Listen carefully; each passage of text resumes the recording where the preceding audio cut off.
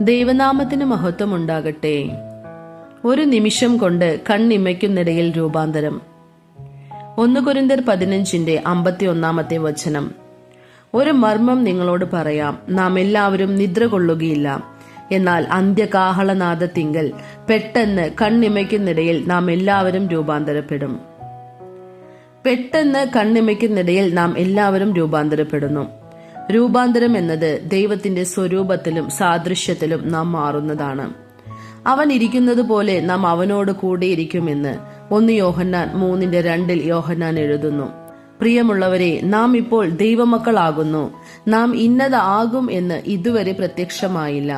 അവൻ പ്രത്യക്ഷനാകുമ്പോൾ നാം അവനെ താൻ ഇരിക്കും പോലെ തന്നെ കാണുന്നതാകൊണ്ട് അവനോട് സാദൃശ്യന്മാർ ആകും എന്ന് നാം അറിയുന്നു. ആദിമ മനുഷ്യൻ ദൈവത്തിന്റെ സ്വരൂപത്തിലും സാദൃശ്യത്തിലുമാണ് സൃഷ്ടിക്കപ്പെട്ടത്. എന്നാൽ രൂപാന്തരം എന്ന പദം അവനെക്കുറിച്ച് അവിടെ പറയുന്നില്ല. അവൻ അവിടുത്തെ രൂപത്തിലും ഭാവത്തിലും വളരണം. ഒരു കുഞ്ഞിന്റെ രൂപവും ഭാവവും വളർച്ചയ്ക്ക് വിധേയമാണ്. ആദിമ മനുഷ്യൻ ദൈവത്തിന്റെ പൂർണ്ണ രൂപവും ഭാവവും പ്രാപിക്കണം എന്നതായിരുന്നു ലക്ഷ്യം. അവന് ഒരു വളർച്ചയുണ്ട്. മനുഷ്യന് ദൈവത്തിന്റെ രൂപവും സാദൃശ്യവും നഷ്ടപ്പെട്ടതിൽ നിന്നാണ് വീണ്ടെടുപ്പ് ആരംഭിക്കുന്നത്. നഷ്ടപ്പെട്ട മനുഷ്യനിൽ നിന്നാണ് ഇത് തുടങ്ങുന്നത്. 4000 വർഷക്കാലമായി ദൈവത്തിന്റെ രൂപത്തിലും സാദൃശ്യവും മനുഷ്യന്റെ ഉള്ളിൽ കൊണ്ടുവരപ്പെട്ടിട്ടില്ല. പെന്തക്കോസ്ത് നാളിലെ അഭിഷേകത്തിലൂടെയാണ് ആ രൂപവും സാദൃശ്യവും മനുഷ്യന്റെ ഉള്ളിൽ സൃഷ്ടിക്കപ്പെടുന്നത്. എബ്രായർ 1:3 അവൻ അവന്റെ തേജസ്സിന്റെ പ്രഭയും സത്യത്തിന്റെ മുദ്രയും സകലത്തെയും തന്റെ ശക്തിയുള്ള വചനത്താൽ വഹിക്കുന്നവനും ആകൊണ്ട് പാപങ്ങൾക്ക് പരിഹാരമുണ്ടാക്കിയ ശേഷം ഉയരത്തിൽ മഹിമയുള്ള വലത് ഭാഗത്തിരിക്കുകയും എന്ന് എഴുതിയിട്ടുണ്ട്.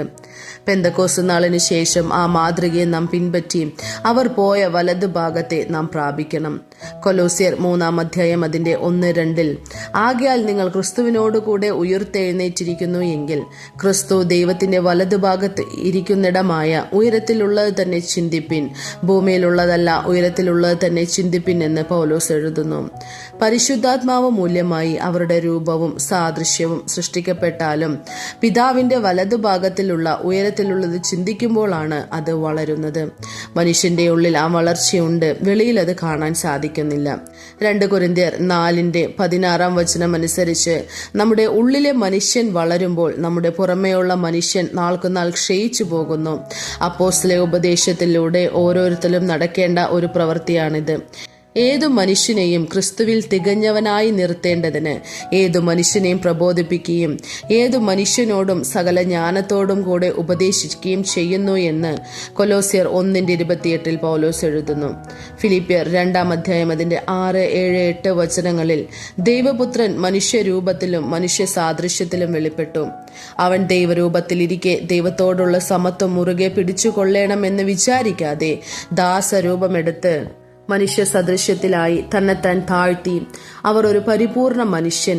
33.5 വർഷം ഈ ഭൂമിയിൽ അവൻ ജീവിച്ചു. 30 വർഷം ന്യായപ്രമാണത്തെ തന്റെ മാംസത്തിൽ നിറവേറ്റി. റോമർ 10:4 പ്രകാരം ക്രിസ്തു ന്യായപ്രമാണത്തിന്റെ അവസാനമാകുന്നു. യോഹന്നാനിൽ നിന്ന് സ്നാനം സ്വീകരിച്ച ശേഷം പരിശുദ്ധാത്മാവ് പ്രാവെന്ന പോലെ ഇറങ്ങി വന്നപ്പോൾ ഇവൻ എന്റെ പ്രിയപുത്രൻ, ഇവനിൽ ഞാൻ പ്രസാദിച്ചിരിക്കുന്നു എന്ന് പിതാവായ ദൈവം സാക്ഷ്യപ്പെടുത്തി. മത്തായി എഴുതിയ സുവിശേഷം 3:17. ഇതിനുശേഷമാണ് എബ്രായർ 1:3 വെളിപ്പെടുത്തപ്പെടുന്നത്. അദ്ദേഹം മനുഷ്യപുത്രനായിരുന്നെങ്കിലും തന്നെ ദൈവപുത്രനായി വെളിപ്പെടുത്തി.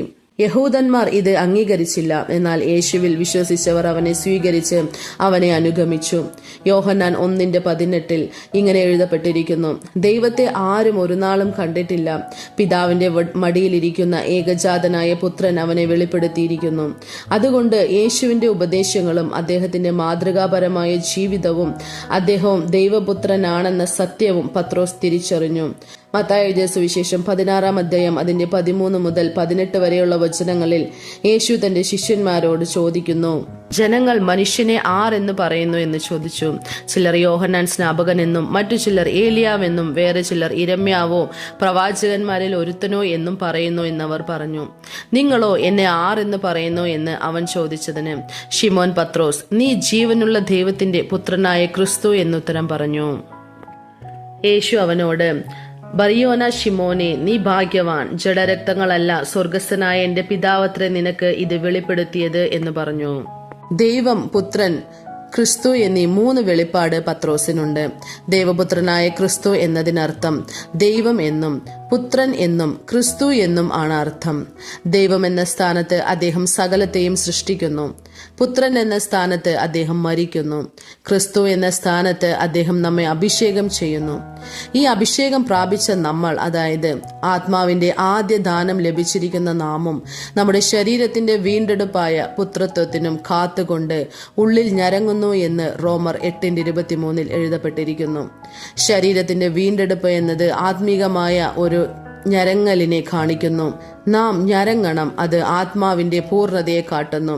വെളിപ്പാട് 12:1 മുതൽ 5 വരെയുള്ള വചനങ്ങളിൽ ആ സ്ത്രീ വേദനപ്പെട്ട് നിലവിളിച്ച് ഒരു ആൺകുഞ്ഞിനെ പ്രസവിക്കുന്നു എന്നെഴുതിയിരിക്കുന്നു. ഇത് ഒരു ഞരക്കം. റോമർ 8:22 സർവ്വ സൃഷ്ടിയും ഇന്നുവരെ ഒരുപോലെ ഞരങ്ങി ഈറ്റുനോവോടിരിക്കുന്നു എന്ന് പൗലോസ് എഴുതുന്നു. അപ്പോൾ യെശയ്യാവ് 11:6, 7, 8, 9 വചനങ്ങൾ നിറവേറുന്നു. ചെന്നായി കുഞ്ഞാടിനോടുകൂടെ പാർക്കും, പുള്ളിപ്പുലി കോലാട്ടുകുട്ടിയോടുകൂടെ കിടക്കും, പശുക്കിടാവും ബാലസിംഹവും തടിപ്പിച്ച മൃഗവും ഒരുമിച്ച് പാർക്കും. ഒരു ചെറിയ കുട്ടി അവയെ നടത്തും. പശു കരടിയോടുകൂടെ മേയും, അവയുടെ കുട്ടികൾ ഒരുമിച്ച് കിടക്കും. സിംഹം കാള എന്ന പോലെ വൈക്കോൽ തിന്നും. മുലകുടിക്കുന്ന ശിശു സർപ്പത്തിന്റെ പോതിങ്കൽ കളിക്കും. മുലകുടി മാറിയ പൈതൽ അണലിയുടെ പൊത്തിൽ കൈയിടും. സമുദ്രം വെള്ളം കൊണ്ട് നിറഞ്ഞിരിക്കുന്നത് പോലെ ഭൂമി യഹോവയുടെ പരിജ്ഞാനം കൊണ്ട് പൂർണ്ണമായിരിക്കാൽ എന്റെ വിശുദ്ധ പർവ്വതത്തിൽ എങ്ങും ഒരു ദോഷമോ നാശമോ ആരും ചെയ്യുകയില്ല എന്നെഴുതിയിട്ടുണ്ട്. യെശയ്യാവ് 40:31 കഴുകൻ കാത്തിരുന്ന് ചിറകടിച്ച് കയറുമെന്നത് ഒരു ഞരക്കത്തിന്റെ ഒരു അനുഭവത്തോടെ നമുക്ക് താരതമ്യപ്പെടുത്താം. എങ്കിലും യഹോവയെ കാത്തിരിക്കുന്നവർ ശക്തിയെ പുതുക്കും. അവർ കഴുകന്മാരെ പോലെ ചിറകടിച്ചു കയറും. അവർ തളർന്നു പോകാതെ ഓടുകയും ക്ഷീണിച്ചു പോകാതെ നടക്കുകയും ചെയ്യും. ശവമുള്ളിടത്ത് കഴുക്കൾ കൂടും എന്ന് മത്തായി എഴുതിയ സുവിശേഷം 24:28 എഴുതപ്പെട്ടിരിക്കുന്നു. മിന്നൽ വേഗത്തിൽ നാം രൂപാന്തരപ്പെടും. അതിനാൽ രൂപാന്തരം എന്നത് ഒരു കണ്ണിമയ്ക്കുന്ന സമയം കൊണ്ടോ മിന്നൽ വേഗത്തിലോ സംഭവിക്കുന്ന ഒന്നാണെന്ന് പറയപ്പെടുന്നു. കാഹളം മുഴങ്ങുമ്പോൾ നാം ആ രൂപാന്തരം പ്രാപിക്കും. നമുക്ക് വർഷങ്ങളും മാസങ്ങളും ആഴ്ചകളും ദിവസങ്ങളും മിനിറ്റുകളും ആവശ്യമാണ്. ഓരോ മിനിറ്റിലും ഓരോ മണിക്കൂറിലും ഓരോ ദിവസത്തിലും ഓരോ ആഴ്ചയിലും ഓരോ മാസത്തിലും ഓരോ വർഷത്തിലും നാം രൂപാന്തരത്തിനായി കാത്തിരിക്കാം. അത് ഒരു മിന്നൽ പോലെ കണ്ണിമയ്ക്കുന്ന നേരത്തിനുള്ളിൽ സംഭവിക്കാമെന്ന് എഴുതപ്പെട്ടിരിക്കുന്നു. കാഹളം മുഴങ്ങുമ്പോൾ നാം അത് പ്രാപിക്കാം. കർത്താവ് നമ്മെ അനുഗ്രഹിക്കുമാറാകട്ടെ. ആമേൻ.